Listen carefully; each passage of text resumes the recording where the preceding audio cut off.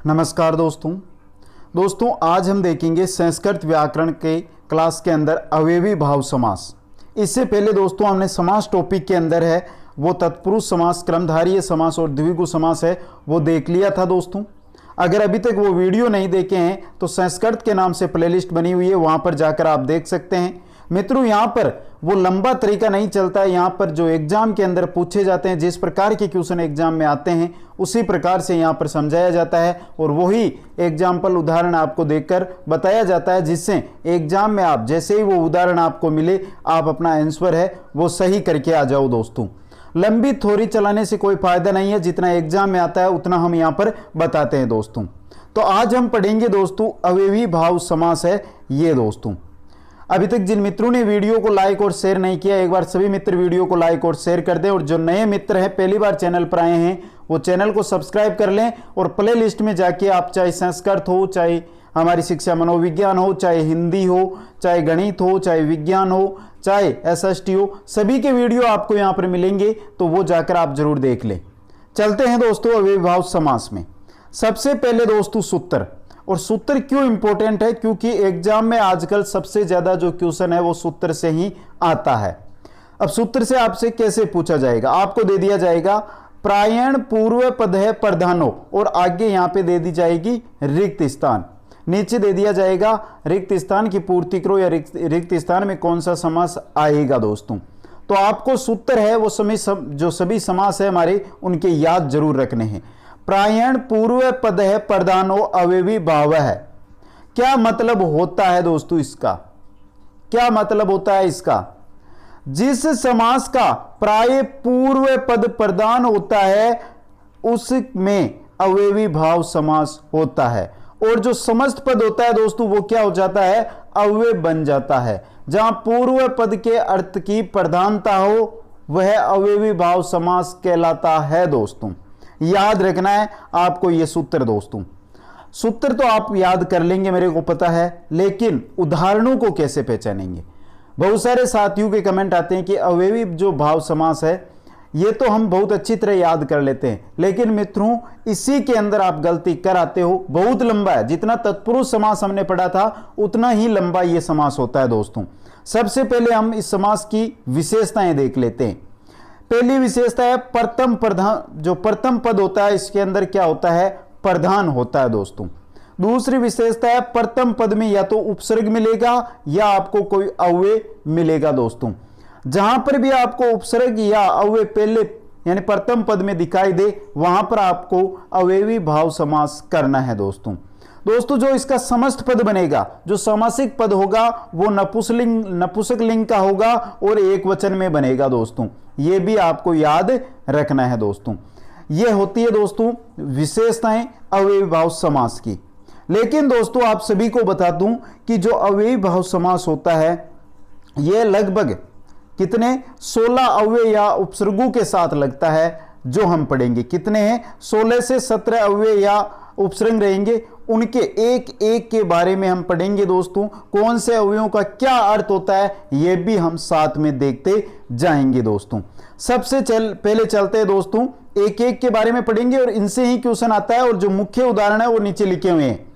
सबसे पहले है दोस्तों विभक्ति। विभक्ति के अर्थ में अगर हमारा समास हो तो दोस्तों सप्तमी विभक्ति के अर्थ में हमेशा आपके अधि है वो अव्यय का प्रयोग होगा। विभक्ति का अर्थ जहां पर भी हो, और दोस्तों यहां पर सप्तमी विभक्ति ही प्रयुक्त होगी, और जो आपका अव्यय लगेगा वो कौन सा लगेगा, अधि अव्यय लगेगा।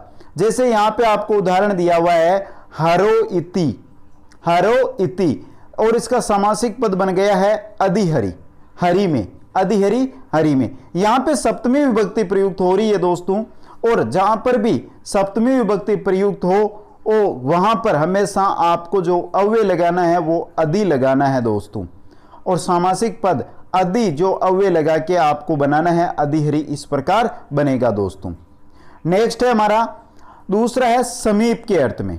समीप के अर्थ में हमेशा दोस्तों आपके उप जो अव्यय है इसका प्रयोग होगा। समीप के अर्थ में हमेशा, जैसे आपको यहां दे दिया आपको सीधा एग्जाम में आ गया गंगाया समीपम, इसका आपको सामासिक पद लिखना है, तो कैसे लिखोगे? तो यहां पे आपको समीप दिखाई दे रही है। समीप अगर आपको दिखाई दे रहा है मतलब समीप के अर्थ में आपको कौन सा अव्यय प्रयोग करना है? उप, और उप से करेंगे तो उपगंगम बन जाएगा दोस्तों, गंगा के समीप दोस्तों। तो विभक्ति के अर्थ में आपको अधि अव्यय लगाना है, समीप के अर्थ में आपको उप अव्यय लगाना है। चलते हैं तीसरे अव्यय की ओर। मित्रों अभी बोल रहा हूं मैं, बहुत ही शॉर्ट के अंदर आपको संस्कृत व्याकरण पढ़ा रहा हूं, तो आप साथ के अंदर अपने नोट्स बनाते जाइए। 40 से 50 पेजों में संपूर्ण संस्कृत व्याकरण कंप्लीट करवा दूंगा, और एग्जाम से 2-3 दिन पहले एक बार इसका आपने रिवीजन कर लिया तो आपके लगभग ये मान के चलो कि 90 से 95 क्वेश्चन है वो सही हो जाएंगे दोस्तों। तीसरा है हमारा समृद्धि के अर्थ में। समृद्धि के अर्थ के अंदर दोस्तों सु जो अव्यय है इसका उपयोग किया जाता है। कैसे दोस्तों? मृधाणाम समृद्धि सुमृदम, समझे दोस्तों? समृद्धि के अर्थ में कौन से अव्यय का प्रयोग होता है? सु अव्यय का प्रयोग होता है दोस्तों। मृद देशवासियों का ऐश्वर्य दोस्तों, तो ये याद रखना है। मृधाणाम समृद्धि सुमृदम, सु कहां पर लगेगा? सु जो अव्यय है वो कहां पर लगेगा? समृद्धि के अर्थ में लगेगा दोस्तों। नेक्स्ट है वेरदी। वेरदी के अर्थ में दूर आपका है जो अव्यय वो प्रयोग होता है दोस्तों। वेरदी के अर्थ में कौन सा आता है? दूर अव्यय का प्रयोग होता है। जैसे यवना नाम वेरदी दुर्वेनम, तो वेरदी के अर्थ में कौन सा अव्यय प्रयोग होता है? दूर अव्यय का प्रयोग होता है दोस्तों। दुर्यवनम, यवनु की दुर्गति, यवनम को मतलब यवनु की दुर्गति दोस्तों। नेक्स्ट है हमारा पांचवा है दोस्तों अभाव के अर्थ में। अभाव के अर्थ में आपके हमेशा निर अव्यय का प्रयोग किया जाएगा दोस्तों। अभाव के अर्थ में कौन से अव्यय का प्रयोग होगा? निर अव्यय का प्रयोग होगा। जननाम अभाव है, यहां पे अभाव आ गया है तो अभाव के अर्थ में निर का प्रयोग करो, निर्जनम। निर्जनम सुनसान, जिसको हम सुनसान भी बोल सकते हैं दोस्तों। आगे हैं दोस्तों अव्यय। अव्यय के अर्थ में हमेशा अति अव्यय का प्रयोग होगा दोस्तों। अव्यय को हम नाश भी बोल सकते हैं दोस्तों। क्या बोल सकते हैं? नाश भी इसको बोल सकते हैं। जैसे यौवन से अव्यय या अते, यौवन से यहां पे अव्यय नहीं है दोस्तों, अते है, सॉरी।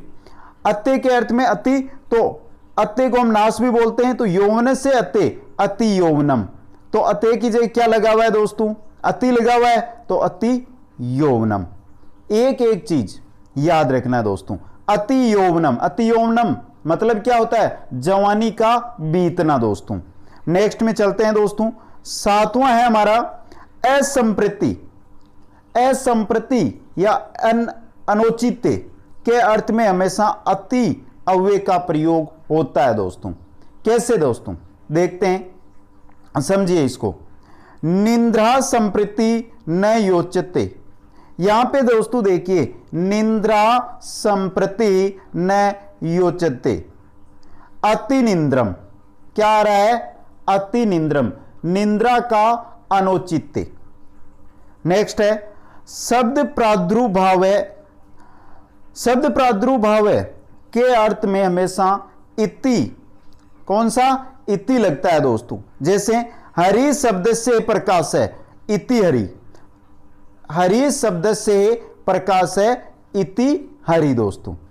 शब्द का जहां पर प्रादुर्भाव हो वहां पर दोस्तों हमेशा इति लगेगा। नेक्स्ट में चलते हैं। नेक्स्ट है हमारा पश्चात। पश्चात के अर्थ में अनु प्रयोग होगा दोस्तों।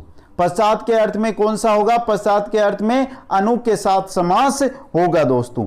विष्णु पश्चात है, पश्चात आ गया तो पश्चात की जगह अनु लगा दो, अनु विष्णु।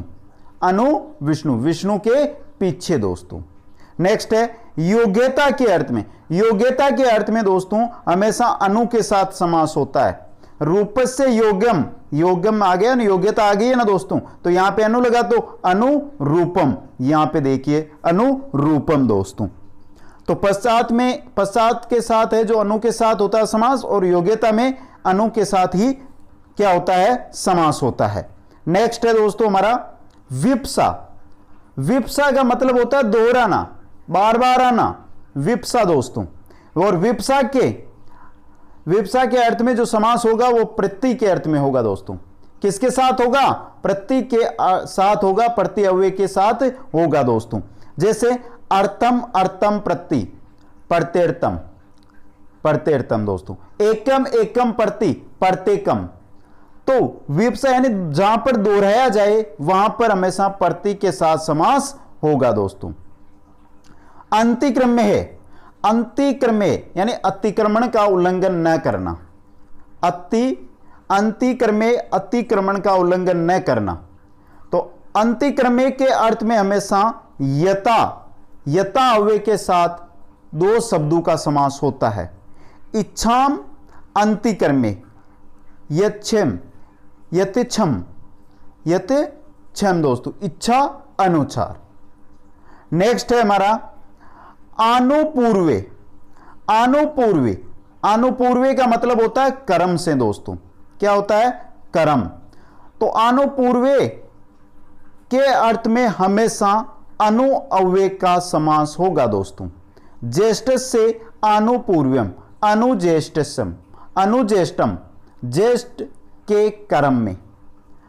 ज्येष्ठ से आनुपूर्वे, अनुज्येष्ठम मतलब ज्येष्ठ के कर्म में दोस्तों। सादृश्य, सादृश्य यानी समानता, सादृश्य का क्या होता है? समानता। तो सादृश्य समानता में सह और साथ में लगेगा यस है दोस्तों।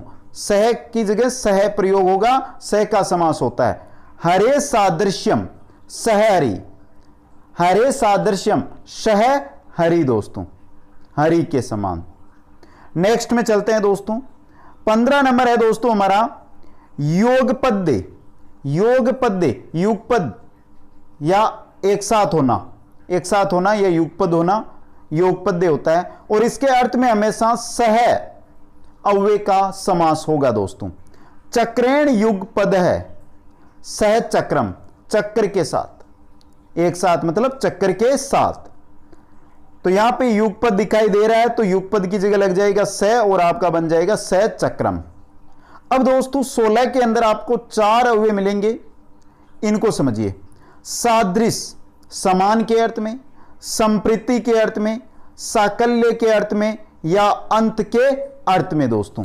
साकल्य और अंत के अर्थ में, अंत का क्या होता है दोस्तों? पर्यंत होता है।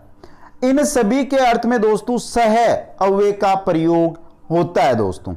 जैसे संख्या सादृश्य है, सहसखी, संख्या सादृश्य है मतलब सहसखी बनेगा। सादृश्य आ गया तो यहां पे क्या लग जाएगा? सह लग जाएगा। क्षेत्राणाम संप्रति, क्षेत्राणाम संप्रति तो बन जाएगा सह क्षेत्रम, सह क्षेत्रम। नेक्स्ट है तृणम अपि अप्रीतिजेह, सह तृणम। तो ये याद रखना दोस्तों, सादृश, संप्रति, साकल्य और अंतः इनके साथ हमेशा सह का, सह अव्यय का समास होता है दोस्तों। ये 16 हमने जो शब्द लिए थे, जो अव्यय है उनका कौन से अर्थ के साथ समास होता है वो हमने देखा दोस्तों। अब दोस्तों 2 इंपॉर्टेंट चीजें बचती है अव्ययी समास की, जिनसे हर बार एग्जाम में क्वेश्चन पूछा लिया जाता है दोस्तों। पहली है दोस्तों आपकी नदी बीच है। क्या मतलब होता है दोस्तों? नदी बीच है। अब यहां पे सबसे बड़ी दिक्कत आती है कि नदी वाचक के साथ संख्यावाची अगर जुड़ा हुआ होता है तो वहां पर क्या होता है दोस्तों? अव्ययी भाव समास होता है। अगर प्रथम पद क्या हो? संख्यावाची हो, और द्वितीय पद कौन सा हो? नदी शब्द हो, नदी विशेष का नाम हो, तो वहां पर अव्ययी भाव समास होता है। देखिए दोस्तों, पंचगंगम, पंचानाम गंगानाम समाहरह। बहुत सारे साथी बताएंगे कि सर आपने यहां पे जो संख्यावाची शब्द है उसके साथ अव्ययी भाव समास कैसे कर दिया, जबकि उसके साथ तो द्विगु समास होगा। लेकिन दोस्तों अगर संख्यावाची शब्द के साथ आपको नदी शब्द मिले या नदीवाची शब्द मिले तो वहां पर आपको अव्ययी भाव समास करना है दोस्तों। यह है पहला तरीका। और दूसरा है वो बहुत ही इंपॉर्टेंट है, यह भी संख्यावाची है, संख्या वैश्यन। क्या कहता है ये? वंशे बोधक शब्द के साथ संख्यावाची, वंश बोध का, किसी भी वंश का जो विद्या से या जन्म से उत्पन्न होते हैं, जैसे हम बोल सकते हैं ऋषि मुनि, तो संख्या के साथ अगर किसी वंश का बोध हो तो वहां पर हमेशा अवयवी भाव समास होगा। द्वो मुनि द्विमुनि, यहां पे कौन सा समास है? अव्ययी भाव समास है दोस्तों। तो यह था दोस्तों हमारा अव्ययी भाव समास। कैसा लगा आपको? अगर कहीं पर कुछ गलती हुई है तो कमेंट करके जरूर बताना दोस्तों, समाधान जरूर किया जाएगा। नेक्स्ट वीडियो के अंदर हम पढ़ेंगे दोस्तों बहुव्रीहि समास। बहुत ही इंपॉर्टेंट टॉपिक है बहुव्रीहि और द्वंद्व समास, आपको एक ही वीडियो के अंदर मैं बताऊंगा दोस्तों। तो कमेंट जरूर कर दें एक बार कैसा लगा, और जिन मित्रों ने लाइक शेयर नहीं किया जल्दी से लाइक और शेयर कर दें।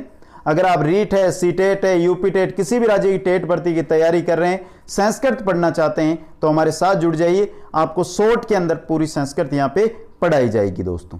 आप सभी को बहुत बहुत धन्यवाद। जय हिंद, जय भारत।